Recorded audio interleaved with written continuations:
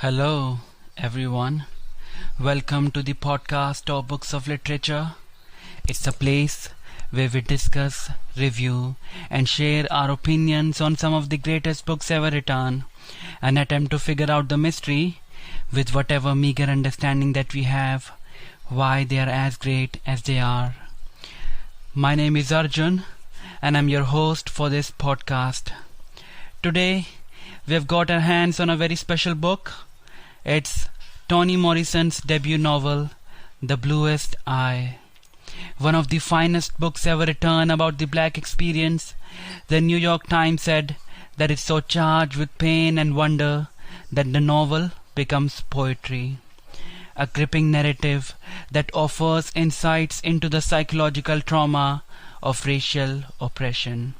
But how good is it?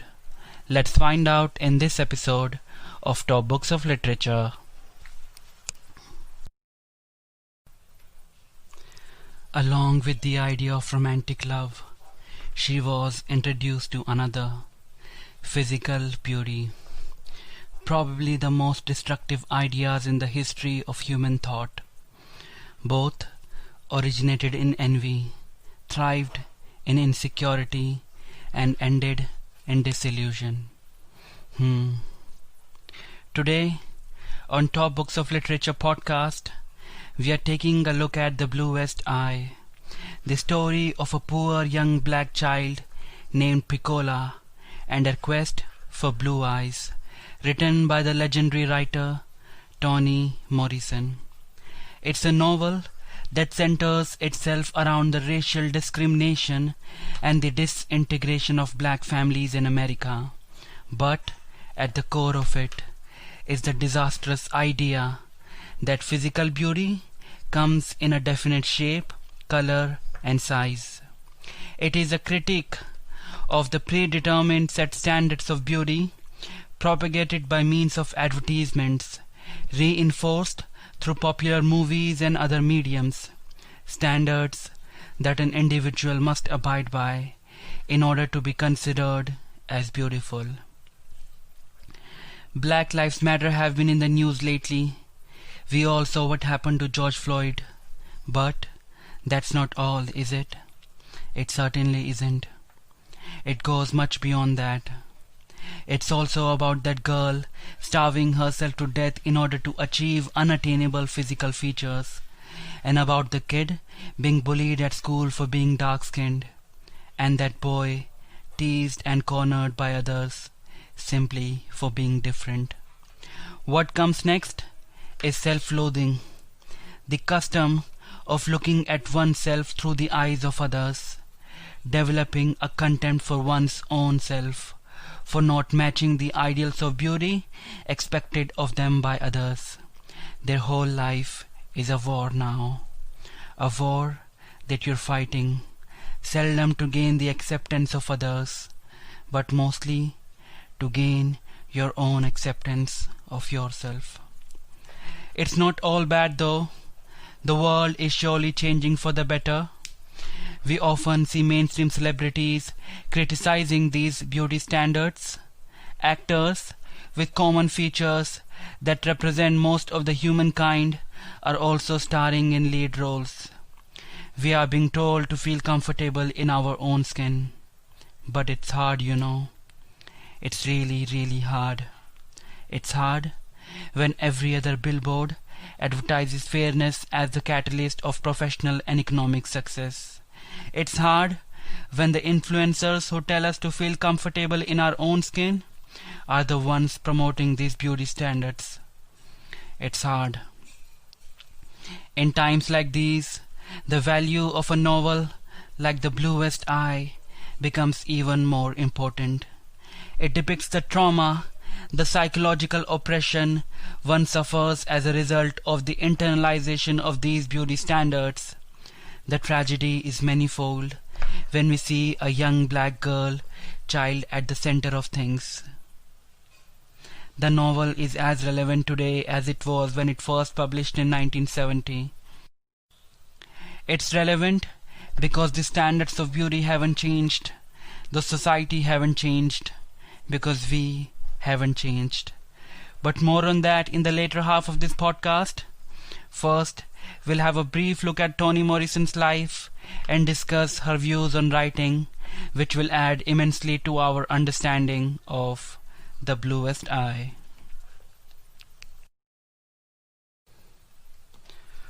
On 18th of February 1931, in Lorain, Ohio was born Chloe Anthony Wofford, better known as Toni Morrison.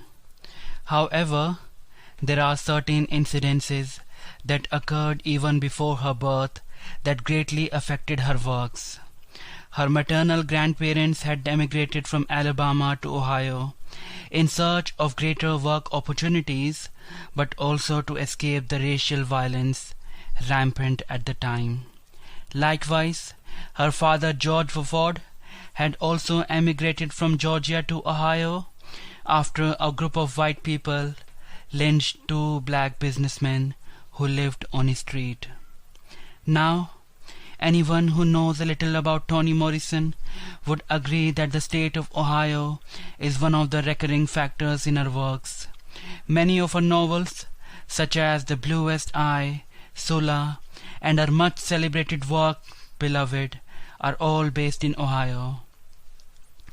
This is of course because she was born and brought up in Ohio, but also because the state was one of the major stations on Underground Railroad and offered better employment opportunities and had a racially integrated society that represented an escape from stereotyped black setting, neither plantation nor ghetto.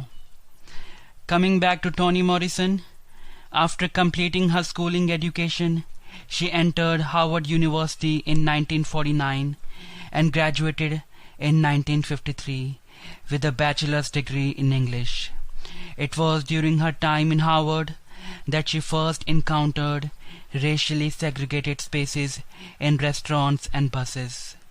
Morrison completed her master's degree in 1953 from Cornell University and wrote a thesis on alienation in the works of William Faulkner and Virginia Woolf as part of her MA dissertation. She then joined Howard University again in 1957, but this time as an instructor in English. In 1965, she was appointed as the senior editor of Random House in New York City. What prompted a senior editor to turn into a writer, as she herself pointed out in a 1986 interview, was a vacancy regarding the experiences of black women in literature of the time. To use her own words, "There were no books about me. I didn't exist in all the literature I had read. This person, this female, did not exist." In fact, once in an interview, she narrowed her audience to include exclusively black American women. It was in an attempt to fill this vacancy and relate the experiences of black women in America she published her first novel in 1970, The Bluest Eye.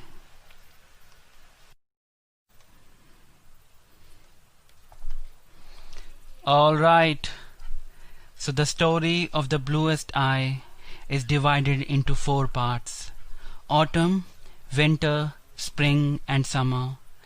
The narrative gliding through the seasons, revealing the tragedy inch by inch.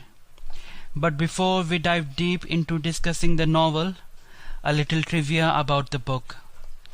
Not many people know this, but the genesis, the origin of the novel, actually lies in a real wish for blue eyes expressed by one of Morrison's school friend.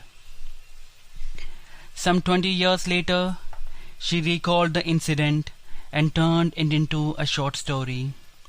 After several editions and revisions, it finally turned into this wonderful book that we know today. Also, since the novel is so vast in terms of the subject and the character it presents, it would not be possible for me to cover the whole of novel in this podcast. Therefore, I'm only going to focus on the central characters and their lives as depicted in the novel. Coming back to The Bluest Eye, it depicts a young black girl named Piccola and a wish to have blue eyes. Yes, it's as simple as that. One may be predisposed to disregard it all as a mere child's fantasy, and one definitely should. But the whole novel is an argument, carefully built to showcase why it is a completely rational thought in the girl's mind. Piccola constantly finds herself positioned in a world that makes sure that she is not only mindful of her ugliness, but wears it like a necklace.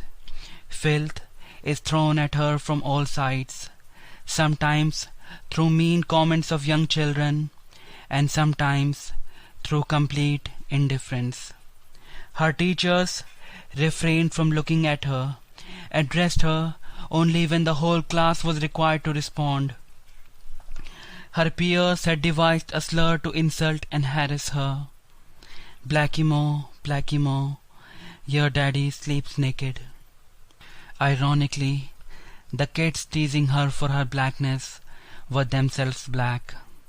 As the narrative voice comments, the fact that they themselves were black or that their own father had similar relaxed habits was irrelevant. It was their contempt for their own blackness that gave the first insult its teeth. A brief, yet an appropriate description of how generations of racial oppression, clubbed with widespread promotion of white beauty standards, affects young children. When faced with such circumstances as Piccola, it is natural for a child to look up to her family for comfort and affection. That is the natural course to take, right? The family is supposed to love you, believe in you even if nobody else does, and most importantly, be there for you at all times. But what if the family itself is the victim of the same racial trauma and beauty standards that haunt the young child? Piccola's mother, Pauline Breedlove, was never able, after her education in the movies, to look at a face and not assign it some category in the scale of absolute beauty. And the scale was one she absorbed in full from the silver screen. When the loss of her front tooth crushed all her dreams of achieving the white beauty standards, when her marriage with Shirley Breedlove could not live up to the standards she had so deeply absorbed from the silver screen, she tries to find comfort and acceptability by becoming the ideal servant in a rich white household, distancing herself from her own family in the process. It was this self-hatred that stopped her from showing any affection to her husband or children. In fact, when Piccola was born, Pauline found her a right smart baby with eyes full, soft and wet. But on a scale of absolute beauty, Piccola was ugly.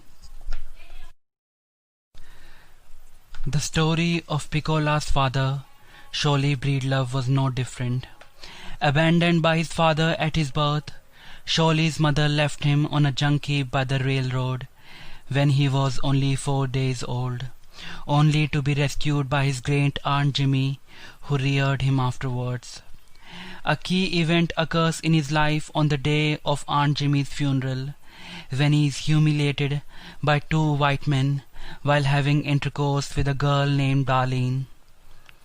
The 2 men shine flashlights at him from behind, urging him to carry on in a mocking manner.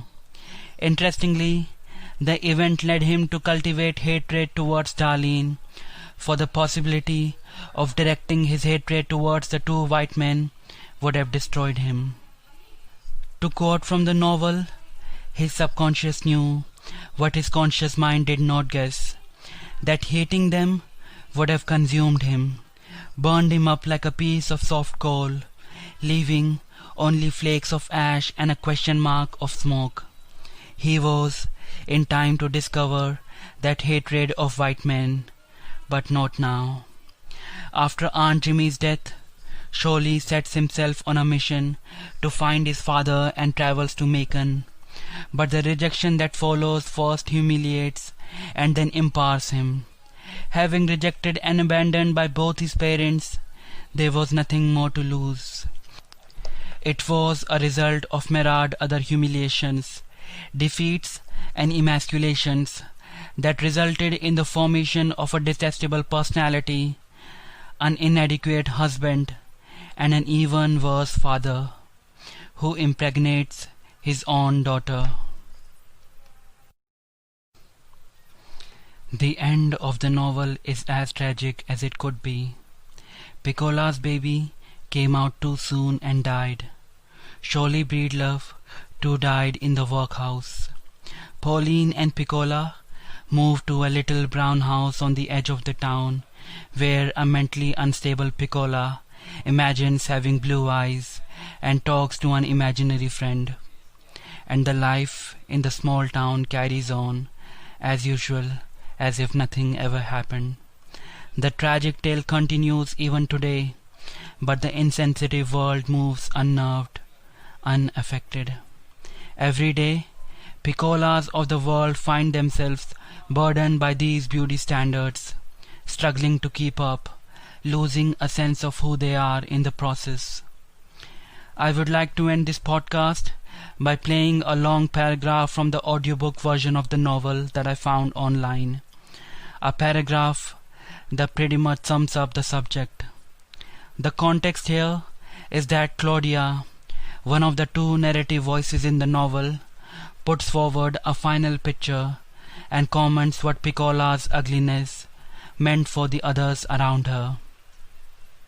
Please listen to it carefully and let me know what you think about the novel in the comment section below, or you can also write to me at topbooksofliterature@gmail.com.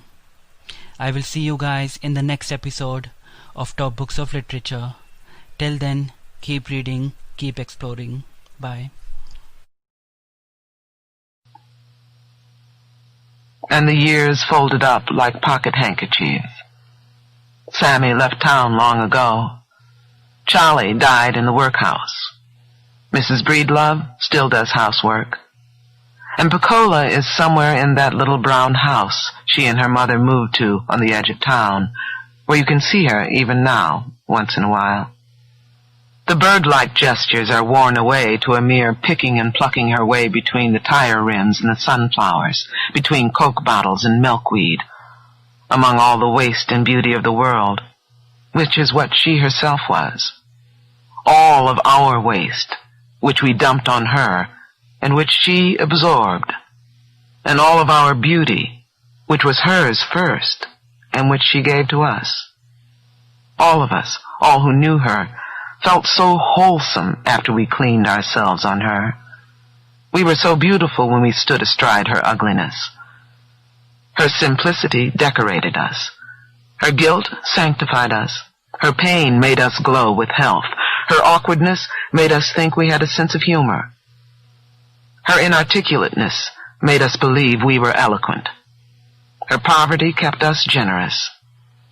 Even her waking dreams we used to silence our own nightmares. And she let us, and thereby deserved our contempt. We honed our egos on her, padded our characters with her frailty, and yawned in the fantasy of our strength.